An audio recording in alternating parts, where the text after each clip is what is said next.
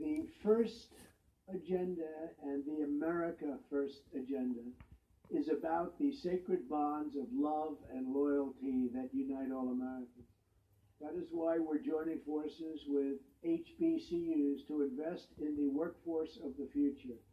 Our pledge to the American worker has already secured commitments for 13 million employment and training opportunities for American citizens. It's been an incredible success. We're getting people off of the sidelines and back into the game.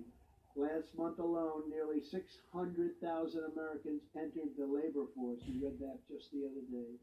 To unleash small business creation and produce millions of jobs, we passed massive tax cuts and launched a historic regulatory reduction campaign.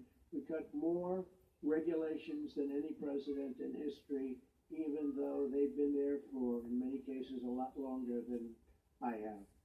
Thanks to these pro-American trade, tax, and regulatory policies, Americans hit yet another all-time historic low. In the history of our country, it's the lowest number we've ever had. That are so great and so smart. African American youth unemployment has reached the lowest rate ever recorded in the history of our country. In other words, it's a good time to be looking for a job, right? You picked the right time.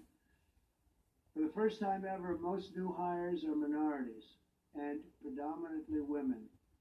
So that's a big statement. Most are minorities and women. The African American poverty rate also reached a new record low in the history of our country, the lowest poverty rate. We are at something. Stage with whoever I'm on, these are pretty good numbers to, who extends to all Americans, including those who have been released from prison. With employers and educational centers like HBCUs, we are supporting second chance hiring policies so that former inmates get a new shot at life.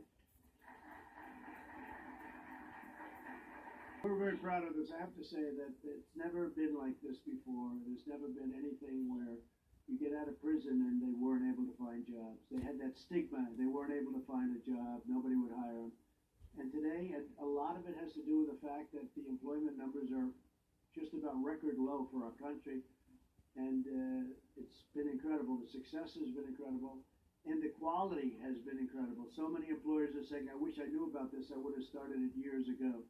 So it's been an incredible time. And there's never been a time like it as far as people getting out of prison and getting a real shot at life. So we're very proud of that.